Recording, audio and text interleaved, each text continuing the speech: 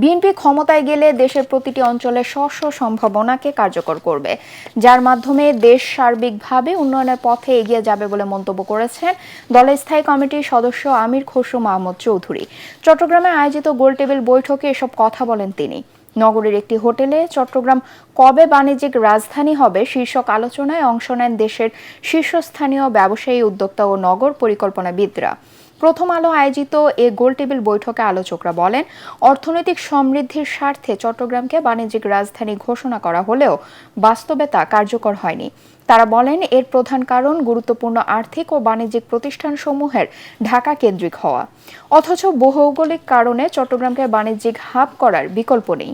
এজন্য চট্টগ্রামের সাথে ঢাকা সহ দেশের অন্যান্য এলাকার যোগাযোগ ব্যবস্থার বহুমুখী উন্নয়নের উপর গুরুত্ব দেন বক্তারা।